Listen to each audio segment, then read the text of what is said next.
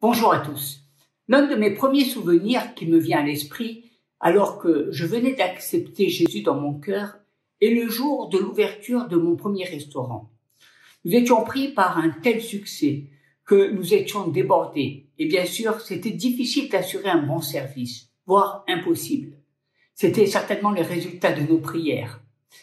Je me souviens qu'un matin, avoir eu un tel mal de ventre que j'ai dû m'arrêter de travailler et rentrer chez moi, malgré le fait que le restaurant affichait complet au niveau des réservations. Mais c'était impossible pour moi de rester vu la douleur. Et sur le chemin du retour en voiture, j'ai eu des crampes et des douleurs à l'estomac. Je me suis arrêté sur un parking en plein air et je me suis littéralement allongé dans la voiture. Je me suis recroquevillé en boule en tenant mon ventre. Puis, je me suis souvenu de quelque chose que j'avais appris le dimanche. C'est que je pouvais utiliser le nom de Jésus chaque fois que les circonstances de ma vie allaient à l'encontre de ce que Jésus m'avait promis. Et je savais déjà que la guérison était pour moi et qu'au nom de Jésus, je pouvais être guéri. Bien sûr, je ne le comprenais pas comme je le sais aujourd'hui, mais je savais que le nom de Jésus apportait la guérison. Et donc, je me souviens que je priais littéralement. Je ne me souviens pas des mots que j'ai dit dans la prière. Je me souviens juste d'avoir utilisé le nom de Jésus. Et tout d'un coup, dans ce parking, j'ai ressenti cette sensation incroyable que je n'ai jamais oubliée. Me voici 30 ans plus tard et je peux vous dire que je m'en souviens encore comme si c'était aujourd'hui, de ce jour où j'ai pu expérimenter la puissance du nom de Jésus. Oui, je me souviens de ce jour qui fut la cause de ma rencontre avec Dieu. Ce que j'ai ressenti ce jour-là, c'est comme si tout d'un coup de l'huile chaude avait commencé à couler dans ma tête et était descendue dans tout mon corps et que la douleur était partie. Je me suis levé et je suis retourné au restaurant. Toute l'équipe était surprise de me voir reprendre mon service comme si de rien n'était. J'ai simplement dit que mon mal de ventre avait disparu en rentrant à la maison. Il ne faut jamais mépriser les premiers pas d'un jeune converti dans la foi. J'ai su que Jésus m'aimait, qu'il m'avait donné son nom et qu'en son nom, tout genou s'incline devant lui. Aujourd'hui, je veux vous parler du nom de Jésus et de l'autorité qui est dans le nom de Jésus. Beaucoup de chrétiens ne comprennent pas comment cela fonctionne. Une grande partie du corps de Christ pense que le mot Jésus, tel qu'il est composé, je suppose, avec ses consonnes et ses voyelles, est une sorte d'incantation magique, ce qui n'est pas le cas. Le nom de Jésus est quelque chose que nous devons comprendre. Pourquoi est-il puissant? Pour qui est-il puissant? Et comment développer la puissance qui est dans le nom de Jésus? Écoutez ce que l'évangile de Jean nous dit, évangile de Jean chapitre 14, verset 12. En vérité, je vous le dis, celui qui croit en moi fera aussi les œuvres que j'ai faites, et il en fera de plus grandes, parce que je m'en vais au Père, et tout ce que vous demanderez en mon nom, je le ferai, afin que le Père soit glorifié dans le Fils. Si vous demandez quelque chose en mon nom, je le ferai. Le mot « demander » est un mot que l'on utilise souvent lors d'une plaidoirie. C'est comme si vous demandiez la permission. Monsieur le Président, je vous demande l'autorisation de prendre la parole. Je vous demande la permission. Mais ce n'est pas la traduction exacte de ce mot. La traduction de ce mot « demander » correspond davantage à déclarer, exiger. Tout ce que vous voulez, en accord bien sûr avec ma volonté, d'où l'importance de connaître sa volonté, tout ce que vous déclarez en mon nom, tout ce que vous prononcez en mon nom. Malheureusement, le mot « demander » est souvent utilisé dans notre culture sous la forme d'une permission, ce qui n'est pas la bonne traduction, je vous le répète. Nous devons comprendre que tout ce que vous demanderez en mon nom veut dire que tout ce que vous déclarez en mon nom ou tout ce que vous exigez en mon nom, Jésus le fera. Ce n'est pas lui demander quelque chose avec laquelle il n'est pas d'accord. C'est littéralement utiliser le nom de Jésus pour tout ce que Jésus a accompli à la croix et qui vous a déjà été donné. Vous proclamez simplement son nom pour utiliser l'héritage qu'il a déjà gagné pour vous et qu'il vous a déjà donné par le nom de Jésus. Il est normal pour nous de conclure nos prières par « au nom de Jésus ». Et pourtant, pour beaucoup d'entre nous, lorsque nous concluons notre prière de cette façon, nous avons tout simplement annulé notre demande parce qu'il s'agissait d'une contrefaçon. C'était une utilisation illégitime de son nom. Pourtant, c'est la phrase la plus importante d'une prière. Lorsque vous concluez votre prière au nom de Jésus, cela détermine si vous obtenez ce que vous demanderez ou non. Pourtant, nous pouvons tous témoigner que nous avons utilisé ce nom et que nous n'avons pas obtenu ce que nous avions demandé. Eh bien, ce que je veux que nous examinions aujourd'hui ensemble, c'est si nous utilisons légalement ou illégalement son nom. Parce que l'utilisation du nom et sa légitimité ou son manque de légitimité détermineront si nous obtenons ce pourquoi nous prions. Je veux donc examiner 3 points.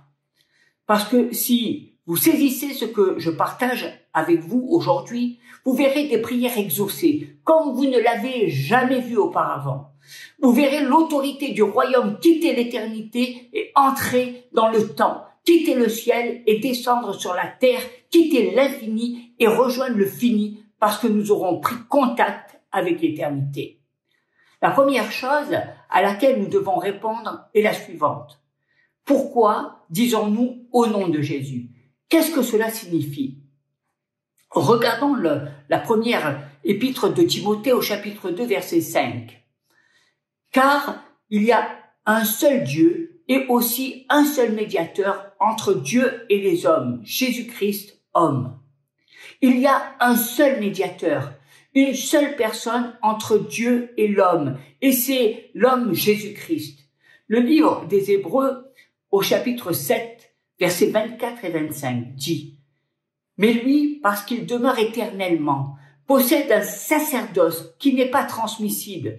C'est aussi pour cela qu'il peut sauver parfaitement ceux qui s'approchent de Dieu par lui, étant toujours vivant pour intercéder en leur faveur. » Jésus vit toujours pour intercéder en notre faveur. Il est le point de rencontre entre nous et Dieu.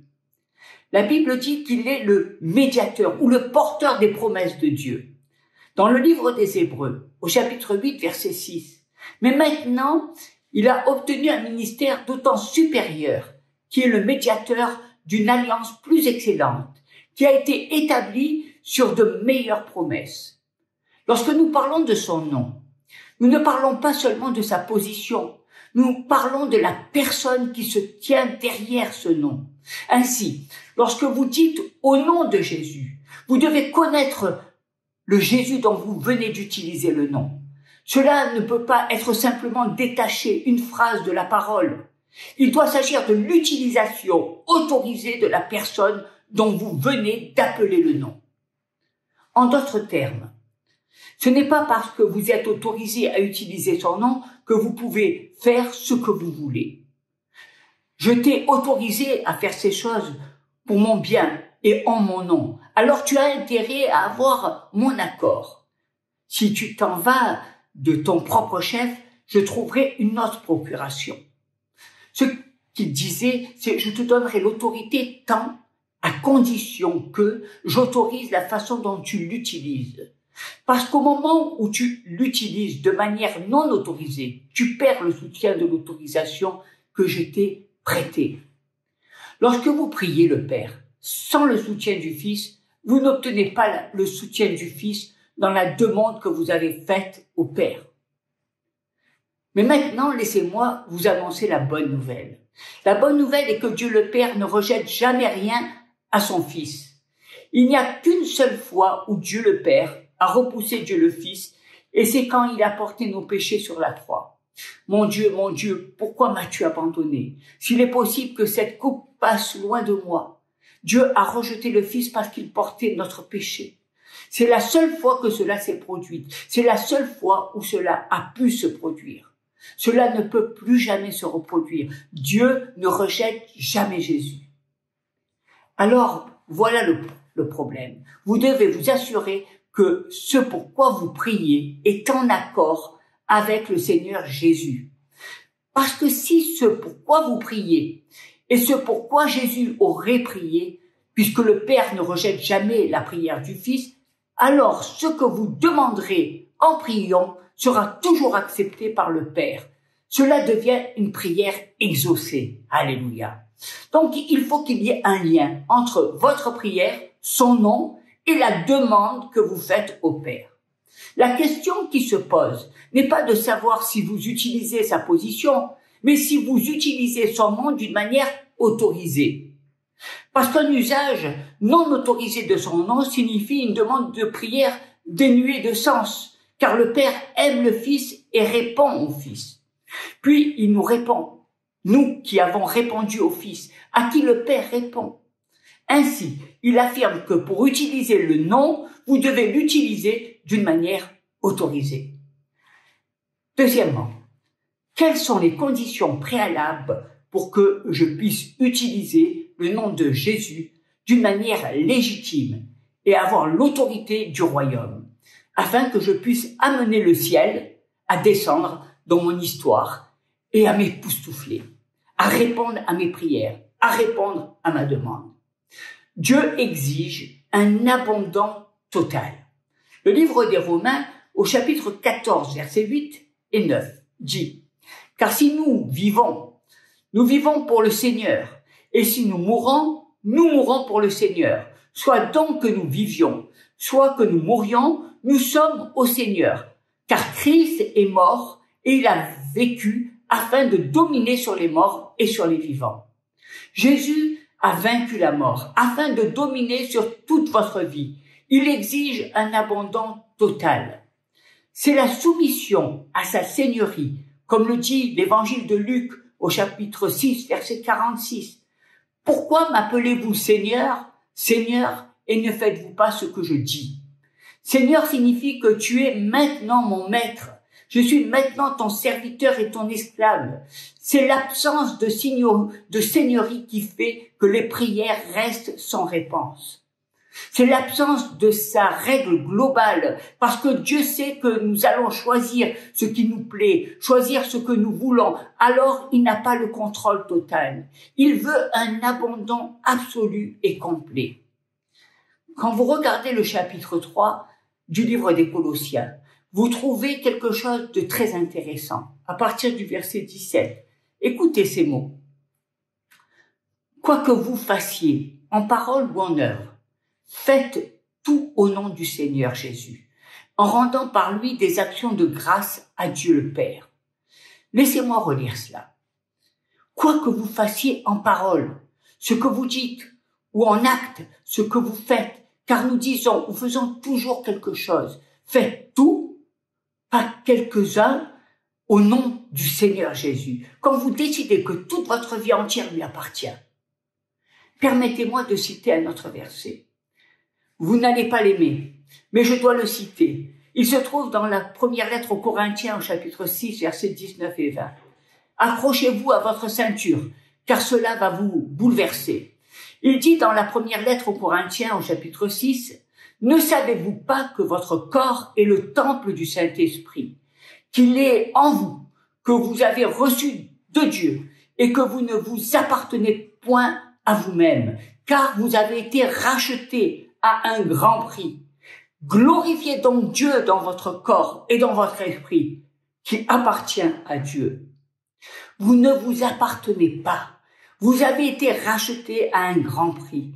Jésus dit que tu ne t'appartiens pas. Il dit que vous n'êtes pas à vous. Je t'ai acheté et j'ai payé pour toi avec mon sang sur la croix. Alors ne dis pas ce que tu vas faire quand je dis quelque chose de différent. Vous ne vous possédez pas. Si vous êtes prêt à renoncer à vous-même, vous pouvez maintenant avoir accès à l'autorité du royaume dans la prière. Vous pouvez voir Dieu agir. Toujours au chapitre 3 du livre des Colossiens. Il continue le verset 18 et dit « Femmes, soyez soumises à vos maris, comme il convient dans le Seigneur. Marie, aimez vos femmes et ne vous aigrissez pas contre elles. Enfants, obéissez en toutes choses à vos parents, car cela est agréable dans le Seigneur. » Il passe au verset 21. « Père, n'irritez pas vos enfants de peur qu'ils ne se découragent. » En d'autres termes, Père, soyez le genre de père que je veux que vous soyez, parce que je suis votre Seigneur. Puis il passe au lieu de travail et il dit, au verset 22, « Serviteurs, obéissez en toutes choses à vos maîtres, selon la chair, non pas seulement sous leurs yeux, comme pour plaire aux hommes, mais avec simplicité de cœur, dans la crainte du Seigneur. » Verset 23, « Tout ce que vous faites, faites-le de bon cœur, comme pour le Seigneur, et non pour des hommes, sachant que vous recevrez du Seigneur l'héritage pour récompense. Servez Christ, le Seigneur, car celui qui agit injustement recevra selon son injustice, et il n'y a point d'acceptation de personne. » C'est Jésus-Christ, le Seigneur, que vous servez. Vous ne servez pas l'homme, vous travaillez pour l'homme, mais vous servez le Seigneur. Vous ne pouvez pas aller au travail demain matin sans que Jésus soit le Seigneur de votre vie. Il veut que vous soyez entièrement à lui. Si vous voulez une réponse aux prières, si vous voulez voir le paradis, si vous voulez voir l'autorité du royaume se manifester dans votre vie. Écoutez, plus vous vous abandonnez, plus vous verrez le paradis. Voulez-vous vous rapprocher de lui? C'est pourquoi les Écritures parlent de combien le Père aime le Fils. Ils sont tellement l'un dans l'autre qu'ils ne se renoncent jamais parce qu'ils sont tellement unis l'un envers l'autre. Il veut que nous soyons en lui de la même manière. C'est pourquoi le verset 7 de l'évangile de Jean, chapitre 15, dit « Si vous demeurez en moi et que mes paroles demeurent en vous, demandez ce que vous voudrez, et cela vous sera accordé. Si vous portez beaucoup de fruits, c'est ainsi que mon Père sera glorifié, et que vous serez mes disciples. » Comment cela marche-t-il? Cela fonctionne ainsi. Quoi que pense le Père, le Fils pense exactement la même chose, car ils sont toujours sur la même longueur d'onde. Ce que le Père pense, ce que le Fils pense, le Saint-Esprit le pense aussi, car ils font partie de la Trinité. Ils sont donc toujours sur la même longueur d'onde. Plus vous vous rapprochez du Seigneur, plus le Saint-Esprit renouvelle vos pensées. Donc, nous commençons à penser ce que l'Esprit pense. C'est exactement ce que le Fils pense. C'est exactement ce que le Père pense. Matthieu au chapitre 6, verset 24, « Nul ne peut servir deux maîtres, car ou il haïra l'un, ou il aimera l'autre, ou il s'attachera à l'un, ou il méprisera l'autre. Vous ne pouvez servir Dieu et maman. » Aucun homme ne peut servir deux maîtres. Vous ne pouvez pas avoir le Seigneur et avoir n'importe qui pour prendre la décision finale à votre place. Tout le monde a des idées. Seul le Seigneur a le droit de prendre la décision finale et de dominer. Il domine votre vie d'homme, votre vie de femme, votre mariage, votre vie de célibataire, votre travail, vos finances, vos activités, vos loisirs. Si vous voulez voir l'autorité du ciel sur la terre, il ne suffit pas de croire en Dieu. Ce n'est pas suffisant. Quand il s'agit de voir Dieu agir sur terre, il agit sur terre par l'intermédiaire de son Fils. Donc, votre croyance en Dieu, votre amour de Dieu et votre appréciation de Dieu, c'est bien, mais ce n'est pas suffisant pour intervenir dans l'histoire. Cela passe par le Christ. Si vous voulez voir l'intervention de Jésus-Christ, vous devez être prêt à vous identifier à lui. Les gens doivent savoir que vous êtes un chrétien. Vous n'avez pas à vous excuser pour votre foi. Les autres personnes ne s'excusent pas pour leur croyance. Vous ne devriez pas vous excuser d'être un disciple de Jésus. Invoquer son nom au jour de la détresse signifie que vous l'avez publiquement confessé devant les hommes. Le livre des Romains, au chapitre 10, verset 9, il dit « Si tu confesses de ta bouche le Seigneur Jésus, et si tu crois dans ton cœur que Dieu l'a ressuscité des morts, tu seras sauvé. Car c'est en croyant du cœur qu'on parvient à la justice et c'est en confessant de la bouche qu'on parvient au salut. » Si tu confesses de ta bouche, c'est-à-dire si tu déclares ouvertement que je suis un chrétien engagé, que j'appartiens à Jésus-Christ, une déclaration ouverte, pas cachée. Il dit, ceux qui m'invoquent, qui ont confessé, il dit, seront délivrés. tout ce que vous demanderez en mon nom, je le ferai, afin que le Père soit glorifié dans le Fils. Si vous demandez quelque chose en mon nom, je le ferai. En d'autres termes, tout ce qui peut me faire bien paraître, moi et mon Père, je le ferai, glorifier. Si vous me faites bien paraître par votre demande de prière, c'est pourquoi je veux te donner un secret. Quand tu vas vers Dieu, soumets-toi complètement à sa volonté et va vers lui au nom de Jésus. Je veux que vous disiez à Dieu que s'il répond à votre prière, ce qu'il en retirera, parce que Dieu aime entendre sa gloire descendre dans nos vies. Il aime savoir que la gloire lui revient. Son nom sera grand, glorifié. La première épître de Jean au chapitre 5, verset 13. Je vous ai écrit ces choses afin que vous sachiez que vous avez la vie éternelle, vous qui croyez au nom du Fils de Dieu. Ainsi, lorsque vous placez votre foi en Christ seul, il vous donne une confiance intérieure de votre salut, une conviction que vous êtes son enfant. Mais maintenant, remarquez ce qu'il dit, juste après au verset 14.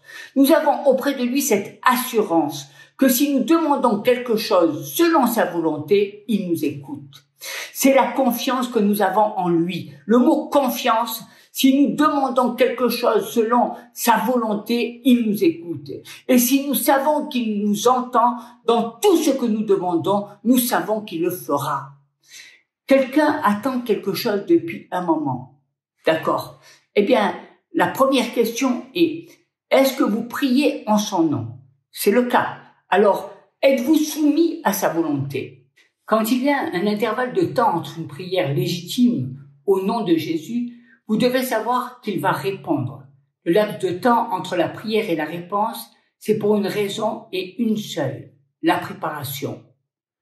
Soit Dieu la prépare pour vous, soit il vous prépare pour elle, soit il prépare les deux, l'un pour l'autre. C'est pour la préparation. Dieu utilisera le temps nécessaire à la préparation de l'exaucement de votre prière. Un temps nécessaire à votre demande et à votre qualification pour recevoir l'exaucement de la prière, lorsqu'elle se présentera. Ça, c'est la bonne nouvelle. La mauvaise nouvelle est que vous pouvez retarder le temps, parce que vous pouvez retarder la préparation. Vous pouvez décider de ne pas vous abandonner entre ses mains, garder le contrôle, ne pas vous soumettre. Vous pouvez décider de ne pas obéir. Vous pouvez décider et vous pouvez retarder le temps de Dieu. Dieu, lui, a pu décider que cela va prendre 1 an et vous avez mis 25 ans pour l'obtenir. L'homme a le cou raide. Vous n'étiez jamais prêt, donc il n'a pas pu répondre. Il aurait fallu à Israël environ 1 mois et demi pour quitter l'Égypte et arriver à la terre promise. Et ils ont tourné en rang pendant 40 ans parce qu'ils n'ont jamais accepté la préparation que le désert était censé leur donner. Il dit qu'il y a une connaissance qui se produit lorsque nous sommes dans le cadre avec Dieu. C'est puissant pour la guérison physique et spirituelle. Le livre de Jacques au chapitre 5, verset 13 à 15, il dit « Quelqu'un parmi vous est-il dans la souffrance? Qu'il prie. Quelqu'un est-il dans la joie? Qu'il chante des cantiques. Quelqu'un parmi vous est-il malade? Qu'il appelle les anciens de l'Église et que les anciens prient pour lui, en loignant d'huile au nom du Seigneur. La prière de la foi sauvera le malade et le Seigneur le relèvera. Et s'il a commis des péchés, il lui sera pardonné. Si vous priez au nom du Seigneur, la prière guérira le malade. La prière guérira le malade et traitera le péché. Toutes les maladies ne sont pas dues au péché, mais beaucoup de maladies le sont. Il dit la prière de la foi. Il dit au nom du Seigneur. Donc, il introduit le nom. Il va guérir le malade et il va s'occuper du péché. Ce que Dieu dit, c'est que si nous pouvions atteindre le spirituel, nous pourrions faire beaucoup mieux qu'avec le monde naturel. Vous voyez, dans la plupart de nos prières, nous voulons que Dieu change des choses dans le monde physique. Donne-moi plus d'argent, donne-moi une meilleure santé, donne-moi une nouvelle voiture, donne-moi une nouvelle maison, donne-moi de beaux vêtements, donne-moi, donne-moi. Nous voulons que Dieu fasse quelque chose dans le monde physique. Il n'y a rien de mal à cela, mais nous voulons souvent qu'il fasse des choses dans le physique sans toucher au spirituel. Ne touche pas à mon péché, mais donne-moi ma bénédiction. Ne touche pas à ma rébellion, mais donne-moi ma bénédiction. Non, ça ne le dérange pas de changer le physique, mais il veut s'occuper du spirituel et cela amène à recevoir l'autorité du royaume. L'autorité du royaume. Vous voulez connaître l'autorité du royaume? Voilà la puissance. Le nom de Jésus vous donne le pouvoir sur le diable. Parce que la plupart des choses que nous traitons viennent de lui, ou au travers de lui, ou par lui. Dans l'évangile de Luc, au chapitre 10, versets 17 et 19, il y a une conversation, avec ses disciples. Et il dit, les 70 revinrent avec joie, disant, Seigneur, les démons même nous sommes soumis. En ton nom, Jésus leur dit, je voyais Satan tomber du ciel comme un éclair. Voici, je vous ai donné le pouvoir de marcher sur les serpents et les scorpions et sur toute la puissance de l'ennemi, et rien ne pourra vous nuire. Au lieu que le diable et les démons vous marchent dessus, c'est vous qui leur marchez dessus. Fouler signifie marcher dessus. Quand est la dernière fois que vous avez marché sur le diable? Juste marcher sur lui. Oh diable, laisse-moi te marcher dessus, plutôt que de marcher sur vous. Jésus dit, je vous donne autorité. Il a utilisé le mot autorité pour marcher sur le diable et ses scorpions démoniaques. Pourquoi? Parce que beaucoup de problèmes que nous avons sont exacerbés par les démons. Vous voyez, nous pensons que le problème que nous pouvons avoir dans un couple, le divorce, viennent de nos personnalités. Ce n'était pas le problème. Le problème est que le diable s'est emparé de notre personnalité. Et quand les démons se sont emparés de nos personnalités sont exacerbées. Dans le chapitre 19 des Actes aux Apôtres, j'aime ce verset, versets 13 et 17. Paul chasse les démons au nom de Jésus. Il se débarrasse des démons. Les malades sont guéris. Le surnaturel se produit régulièrement au nom de Jésus. Quelques exorcistes juifs ambulants essayèrent d'invoquer sur ceux qui avaient des esprits malins le nom du Seigneur Jésus, en disant « Je vous conjure par Jésus que Paul prêche ». Ceux qui faisaient cela étaient 7 fils de Tchéva, juifs, l'un des principaux sacrificateurs. L'esprit malin leur répondit, « Je connais Jésus et je sais qui est Paul, mais vous, qui êtes-vous » Et l'homme dans lequel était l'esprit malin s'élança sur eux, se rendit maître de tous deux et les maltraita de telle sorte qu'ils s'enfuirent de cette maison nus et blessés. Cela fut connu de tous les Juifs et de tous les Grecs qui demeuraient à Éphèse. Et la crainte s'empara de tous. Et le nom du Seigneur Jésus était glorifié. Alléluia. Plusieurs de ceux qui avaient cru venaient confesser et déclarer ce qu'ils avaient fait. Et un certain nombre de ceux qui avaient exercé les arts magiques, ayant apporté leurs livres, les brûlèrent devant tout le monde. On en estima la valeur à 50 000 pièces d'argent. Eh bien, voilà l'histoire. Certaines personnes voient Paul qui utilise le nom de Jésus et des choses arrivent. Pourquoi ne faisons-nous pas la même chose? Ils ont conclu qu'il y a de la magie dans son nom, qu'il y a un nom magique et que Paul fait toutes ces choses au nom de Jésus. Donc ils sont venus vers cette personne possédée par un démon. Les fils de Tchéva, ils sont venus en la personne de Jésus et ils utilisent le nom de Jésus. Ils ont fait comme les chrétiens. Jésus, Jésus, Jésus, Jésus, au nom de Jésus, Jésus. Ils ont fait Jésus sur lui. Jésus. Jésus sort de ce démon. Ensuite, le livre des Actes au chapitre 19 dit que le démon a parlé. Le démon a parlé et a dit, on connaît Jésus, on connaît Paul, on ne sait pas qui vous êtes. Et le démon est sorti de l'homme et a sauté sur les gens qui utilisaient illégalement le nom de Jésus. Les a dépouillés de leurs vêtements et il est dit qu'ils sont sortis nus. Pourquoi? Parce que lorsque vous ne savez pas comment utiliser le nom de Jésus et que vous l'utilisez quand même, vous invitez le diable à vous sauter dessus et à empirer les choses pendant que vous invoquez le nom de Jésus. Donc le nom de Jésus n'est pas un nom avec lequel on peut jouer. Ce n'est pas un dé de la magie que l'on jette comme ça. C'est une personne derrière le nom. Et si vous ne connaissez pas la personne, si vous n'êtes pas soumis à la personne, si vous n'êtes pas intime avec la personne, si vous ne suivez pas la personne, si vous ne cédez pas à la personne, si vous n'êtes pas soumis à la personne, ne vous attendez pas à la puissance. Le pouvoir vient d'une personne. Lorsque vous vous mettez à genoux pour prier et que vous vous adressez à votre Père Céleste en disant « Père, je veux ceci. J'ai besoin de cela. Aide-moi par ici. Délivre-moi par là. » Dieu a une question. Montre-moi ta carte d'identité. De quel droit et de quelle autorité disposez-vous en ce moment pour venir à mon trône et faire cette demande et vous attendre à ce que je vous laisse entrer dans mon saint trône?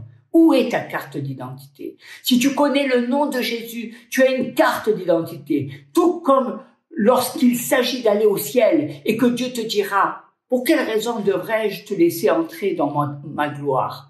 J'espère que vous ne direz pas « Mes bonnes œuvres », j'espère que vous ne direz pas « J'étais membre de l'association biblique », j'espère que vous ne direz pas « Je suis quelqu'un de gentil ». Il n'y a qu'une seule chose qui vous fera entrer dans la gloire, c'est que j'ai quelqu'un qui est mort sur la croix pour mes péchés. Il m'a racheté à grand prix. Ma destinée lui appartient. C'est votre carte d'identité pour la gloire. Mais pendant que vous êtes sur votre chemin et que vous vous adressez à Dieu pour obtenir une réponse à votre prière et que le Père vous demande quelle est votre identité, tout ce que vous avez à faire est de lui dire « Je viens au nom du Seigneur Jésus, à qui j'ai soumis ma vie, qui domine ma vie, qui contrôle ma vie, à qui je n'ai pas honte d'être identifié. » Ou comme le dit l'apôtre Paul, « Je n'ai pas honte de l'évangile, car c'est la puissance de Dieu pour le salut de quiconque croit. » Quelqu'un veut-il de la puissance? Quelqu'un veut-il une victoire? Quelqu'un veut être délivré? Quelqu'un veut voir le paradis? Eh bien, rendez gloire à Dieu en donnant l'honneur à Jésus. Notre puissance spirituelle est directement liée au niveau de notre intimité spirituelle.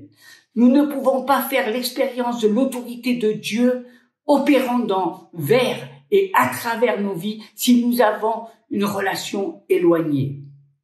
Lorsque nous nous éloignons trop de Dieu, de ce qu'il veut faire, de la très grande puissance qu'il veut démontrer dans nos vies, nous ne le voyons pas. Nous ne captons pas le signal. Il y a beaucoup de parasites sur la ligne. Si vous voulez vraiment faire l'expérience de la puissance de Dieu, augmentez votre recherche passionnée d'intimité. Alors, vous n'aurez pas à chercher sa puissance. Sa puissance vous regardera. Sa puissance sera en vous. Proclamez la parole.